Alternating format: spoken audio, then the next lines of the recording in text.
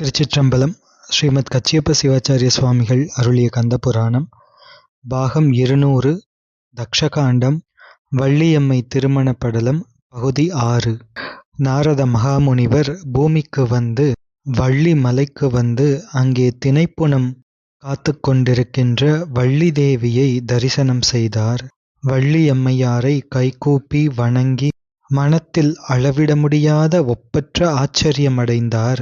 உலக மாதாவாக இங்கே தினைக்காவல் செய்பவர் போன்று நடித்து கொண்டிருக்கின்ற வள்ளியம்மையாரின் அழகு நலன்கள் அனைத்தையும் எப்படி சொன்னாலும் எவ்வளவு எடுத்துச் சொன்னாலும் அது நிறைவாகுமோ? அடியேனை ஆளுடைய 6 திருமுகங்களை உடையவராகிய சுப்பிரமணிய சுவாமியின் தேவியராக இருப்பதற்கு முன்னமே பெரிய தவத்தை செய்து வைத்தவர் இவர் வள்ளி பிராட்டி அல்லவா என்று நாரத முனிவர் தனக்குள்ளே கூறிக்கொண்டார். கருமையாகிய தினைப்புனத்தில் காவல் செய்கின்ற கன்னிகையான வள்ளி நாயகியாரை தரிசித்து நாயகியின் அழகும் அருமையும் ஆகிய இவைகளையெல்லாம் கூறி துதித்து அங்கிருந்து புறப்பட்டு திருத்தணிகை மலைக்கு வருகின்றார் நாரத மாமுனிவர். திருத்தணிகை மலையில் ஒரு நாளில் 3 நீலப்பூக்கள் மலருகின்ற மலர்கள் சுப்பிரமணிய சுவாமிக்கு சாற்றும் பொருட்டு நாள்தோறும் 3 நீலப்பூக்கள் ஒரு சுனையிலே மலரும்.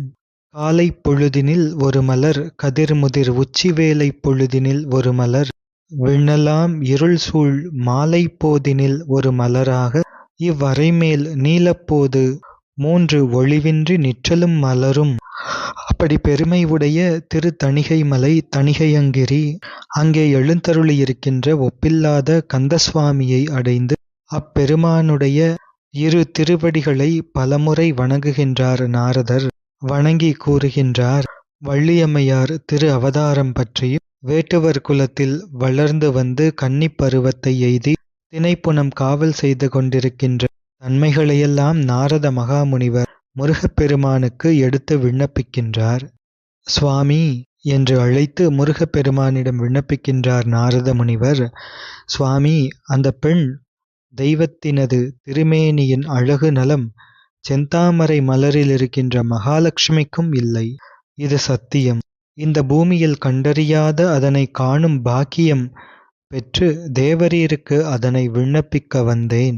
தேவரீர் அந்த அழகு தெய்வத்தை சென்று கண்டருளுக என்று விண்ணப்பிக்கின்றார். உயிர்களுக்கெல்லாம் மாதா ஆகும் அந்த அம்மையார் முற்பிறப்பிலே திருமாலின் புதல்வியாவார். தேவரீருடைய திருப்புஜங்களை சேர்வதற்காக முன்னரே தவம் செய்திருந்தார். சிறியேன் விண்ணப்பித்த இப்பொழுதுதானே தேவரீரே ஆண்டு எழுந்தருளி பரிபக்குவமிக்க அந்த அம்மையாருக்கு அனுக்கிரகம் புரிந்தருளுக என்று பிரார்த்திக்கின்றார் நாரத மகாமுனிவர்.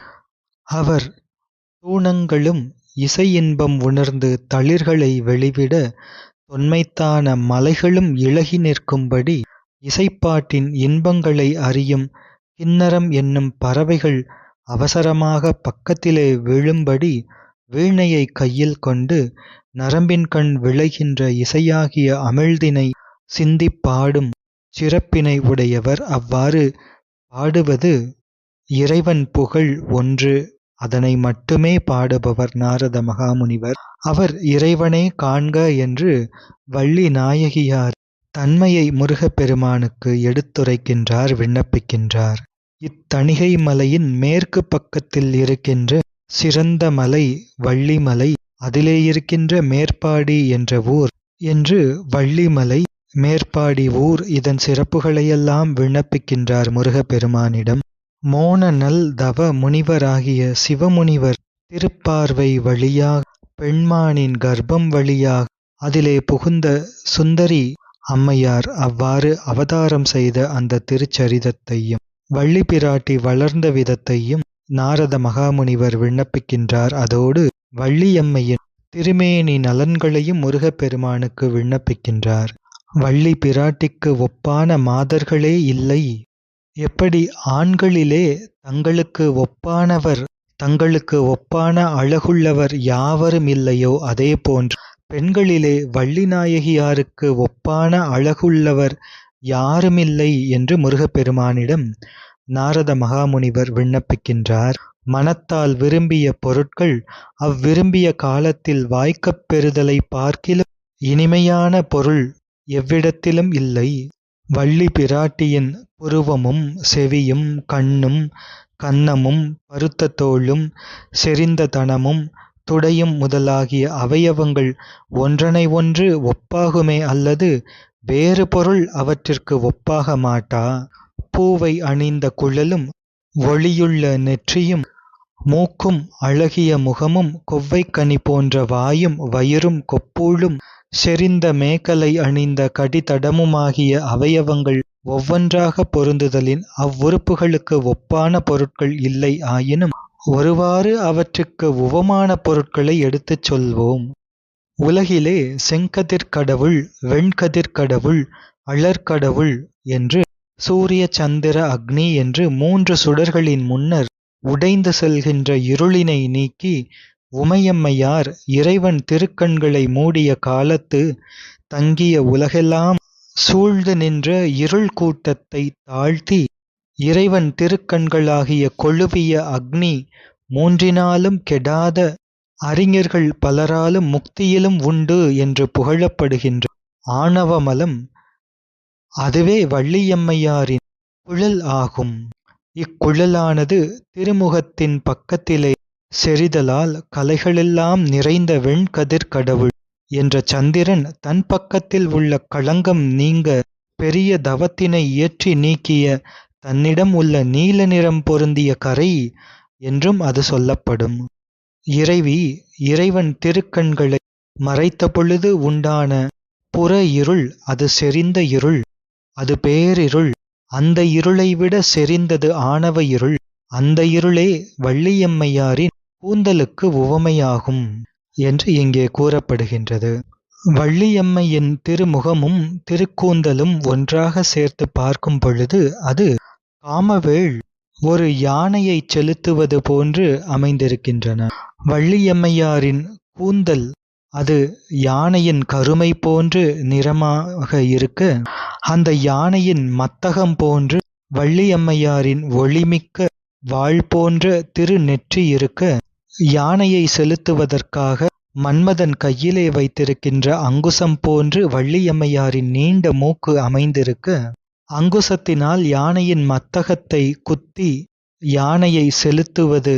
அப்படி செலுத்தும் போது மத்தகத்திலே இருக்கின்ற அங்குசத்தால் குத்தப்பட்ட அந்த பாகத்தில் வருகின்ற அங்குசத்தினால் செலுத்தப்பட்டதால் அது சிவப்பு நிறமாக மத்தகத்திலே காணப்படும் யானைக்கு. அதுபோன்று வள்ளியம்மையாரின் அந்த நெற்றியின் மேல் பகுதியில் இருக்கின்ற கூந்தலின் வகிர்ந்த பாகம், அதிலே அணியப்பட்டிருக்கின்ற சாதிலிங்கத் தூள் அவ்வாறு அமைந்திருக்கின்றது. இவ்வாறு மன்மதன் அவன் நறுமணமுள்ள மலராகிய கணைகளையும் கரும்பாகிய வில்லினையும் உடைய பெருமை பொருந்திய கையுடன் கூடிய காமவேளானவன் கரிய யானையை செலுத்துகின்றதைப் போன்று அமைந்திருக்கின்றது. மன்மதனின் வில் கரும்பு வில், அதன் நாண் வண்டினங்கள், வண்டுகளே நாணாக அமைந்திருக்கின்றன. அந்த வில் கூட வள்ளியம்மையாரின் 2 பெரிய புருவமாகிய வில்லின் அழகிலே கோடியில் ஒரு பகுதிக்கும் சமமாகாது என்றபடி விழியாகிய கணைகளை தன்னுள் அமையச் செய்து வள்ளியம்மையாரின் திருப்புருவங்கள் அமைந்திருக்கின்றன. மன்மதனின் சந்திரவட்டக் குடையானது நின்றது போன்ற திரு எழிலை உடையது. வள்ளியம்மையாரின் திருமுகத்தில் இருக்கின்ற 2 திருக்கன்னங்களும் நீர்நிலை போன்று இருக்கின்றன. அந்த நீர்நிலையில் மலருகின்ற மலர்கள் போன்று அம்மையின் கூந்தல், காது, கண், வாய், முகம் இவை அமைந்திருக்கின்றன. சைவலம் என்ற நீர்ப்பாசி அதுபோன்று கூந்தல் அமைந்திருக்கின்றது. வள்ளியம்மையின் திருக்காதுகள் வள்ளை மலர் போன்று இருந்தன. திருக்கண்கள் குவளை மலர் போன்று, வாயாகிய செவ்வல்லியும் இவையெல்லாம் அமைவதற்கு ஏதுவாகிய நீர்நிலை போன்று வள்ளியம்மையாரின் 2 கன்னங்களும் இருந்தன. காஞ்சியில் காயாத மரம் ஒன்று பல பூக்களும் தன்பால் பொருந்த நின்றது போன்று திருக்கண்டமாகிய கமுகு, அது கண், காது முதலிய உறுப்பாகிய மலர்கள் செறியப் பெற்று அமிழ்தினையும் தன்னகத்தே அடக்கி தளைவுற்றது.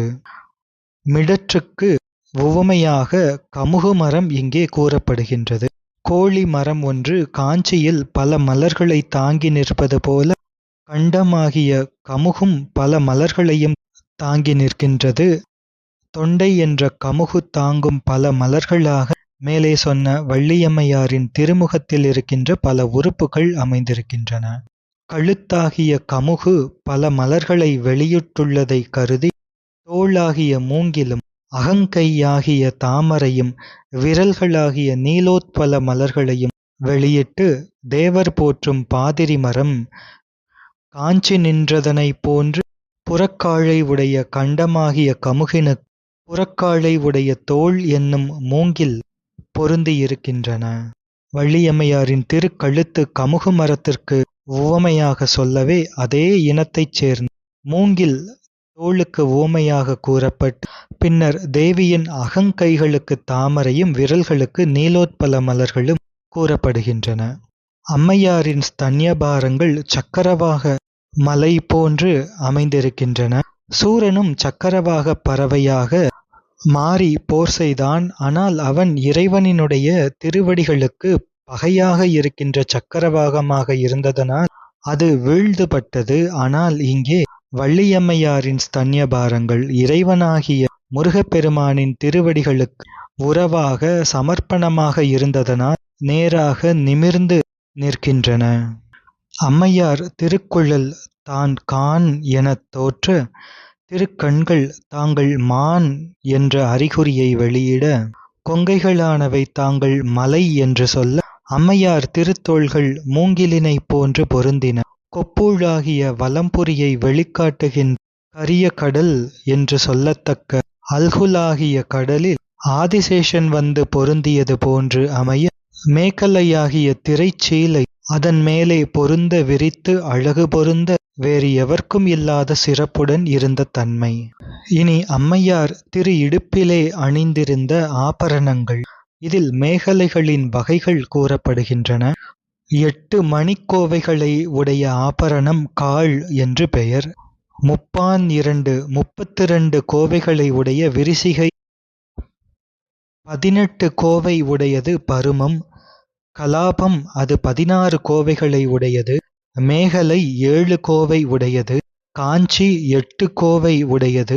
இத்தகைய ஆபரணங்கள் இடுப்பிலிருந்து ஆரம்பித்து கால்கள் வரை நீண்டு விளங்க இந்த ஆபரணங்கள் அழகு பொருந்திய திரைச்சீலைகளால் வளைக்கப் பெற்று அணிகலன்களையெல்லாம் தன்பால் கொண்டு வள்ளியம்மையாரின் திருக்கால்கள் பொன் தூண் என்று சொல்லப்பட்ட திருக்கால்களை சூழ்ந்திருந்தன. சிலம்பு என்னும் காலணியும் ஒளியைச் சிந்துகின்ற பொன்னாலாகிய கிண்கிணியும் பாதசாலமுமாகிய அணிகலன்களை பொருந்திய கணைக்கால்கள், மதர்த்த கண்களாகிய நீலமும் திருமுகமுமாகிய தாமரையும் விளங்குகின்ற பல்லாகிய முல்லையும் ஒளியினை வெளியிடுகின்ற அம்மையார் வடிவத்தின் இலக்கணங்களை தன்பால் கொண்ட தளிர்களை உடைய அசோகும் மிக்க வனப்பை உடைய அழகிய கையாகிய மாந்தளிரும் என்று சொல்லும் அதிரத்தக் கவலியினை உடைய மன்மத பானங்களை தன்னுள் கொள்ளும் அம்புக்கூட்டினை போன்று இருக்கின்றன. மன்மதனின் கணைகளே அம்மையாரின் அவயவங்களாகவும் உடல் நிறமாகவும் அமைகின்றன என்று விளக்கப்படுகின்றன. இங்கே நீலப்பூ, தாமரை, முல்லை, அசோகு, மா என்ற இந்த 5 புஷ்பங்களும் மன்மதனுக்கு கணைகள். இதிலே தேவியாரின் கண்கள் அது நீலமலர்கணை, திருமுகம் தாமரை அம்பு, பற்கள் முல்லை அம்பு. அம்மையாரின் வடிவமே அசோகு, அம்மையின் திருக்கைகளே மாந்தளிர் என்று மன்மத பானங்களே அம்மைக்கு அவயவங்களாகவும் உடல் நிறமாகவும் அமைகின்றன. அம்மையாரின் திருமுகமும் தாமரை, 2 விழிகளும் தாமரை, சிவந்த வாயும் தாமரை, முத்துமாலை தாங்கப் பெற்று வளருகின்ற ஸ்தனங்களும் தாமரை, 2 கைகளும் தாமரை, வலஞ்சுற்றியுள்ள கொப்பூழும் அழகிய தாமரை, பெருத்த அல்குலாகிய அழகிய தடங்களும் தாமரை, பிடியானையின் நடையினை உடைய பாதங்களும் தாமரை. இவ்வாறு அம்மையாரின் அவயவங்களெல்லாம் தாமரை போன்று இருந்ததனால் அல்லவா தாமரை இந்த உலகிலே இருக்கின்ற மலர்களிலே மிகச் சிறப்பானதாக உயர்வானதாக வைத்து போற்றப்படுகின்றது. வள்ளி நாயகியார் நடையினைப் போல தன்னால் நடக்க முடியவில்லையே என்று பிரம்மனின் வாகனமான அன்னப்பறவை வெட்கப்பட்டது. திருமாலின் அவதாரங்கள் ஆமை அவதாரம், மீன் அவதாரம், மேகமாக இருக்கின்ற அவதாரம். இவை மூன்றுமே அம்மையாரின் அங்கம் போன்று தாங்கள் அழகாக இல்லையே என்று வருந்தி தவம் செய்கின்றன. அம்மையாரின் திருவடியைப் போன்று தான் அழகாக இருக்க வேண்டும் என்று கமடமாகிய ஆமை தவம் செய்கின்றது. அம்மையின் விழி போன்று அழகாக இருக்க வேண்டும் என்று மீனம் தவம் செய்கின்றது. அம்மையின் கூந்தல் போன்று அழகாக இருக்க வேண்டும் என்று மேகம் தவம் செய்தது என்று வர்ணிக்கப்படுகின்றது. திருமால் ஒரு கல்பத்தில் மேகமாக இருந்து தாங்கினார். எனவே அந்த கல்பத்திற்கே மேகவாகன கல்பம் என்று பெயர். அதை காஞ்சி புராணத்திலே விரிவாக நாம் பார்க்கலாம் என்று நாரத மகாமுனிவர் மயிலினை போன்ற சாயலினை உடைய அம்மையாரை வள்ளி பிராட்டியின் அழகை சுப்பிரமணிய கடவுளுக்கு எடுத்து விண்ணப்பிக்கின்றார். வள்ளி நாயகியாரை தாங்கள் விரைந்து திருமணம் செய்து கொள்ள வேண்டும் என்கின்ற ஆசை காரணமாக பெருமான் சர்வஜன் என்ற போதிலும் வள்ளியம்மையாரை முருகப்பெருமான் திருமணம் செய்து கொள்ள வேண்டும் என்ற ஆசையின் காரணமாக எல்லாம் அறிந்த கடவுளுக்கு இவ்வாறு வள்ளியம்மையார் திரு அவதார திரு வரலாற்றையும் அம்மையின் திருமேனி நலன்களையும் நாரத மகாமுனிவர் எடுத்துரைக்கின்றார். பிரளயாகலர், விஞ்ஞானகலர், சகலர் என்ற மூவகை உயிர்களுக்கும் உயிராய் நின்ற தலைமையினை உடையவர் முருகப்பெருமான் என்பதையும் மறந்து, அவர் எல்லாவற்றையும் அறிவார் என்பதையும் மறந்து, வள்ளியம்மை திருமணக் கோலம் காண வேண்டும் என்ற விருப்பத்தினால் நாரத மகாமுனிவர் இவ்வாறு எடுத்துரைக்க, எல்லாம் அறிந்தும் ஒன்றும் அறியாதது போன்று முருகப்பெருமான் இவ்விண்ணப்பங்களையெல்லாம் கேட்டருளினார். தொடர்ந்து வள்ளியம்மை திருமண படலத்தை சிந்திப்போம். திருச்சிற்றம்பலம்.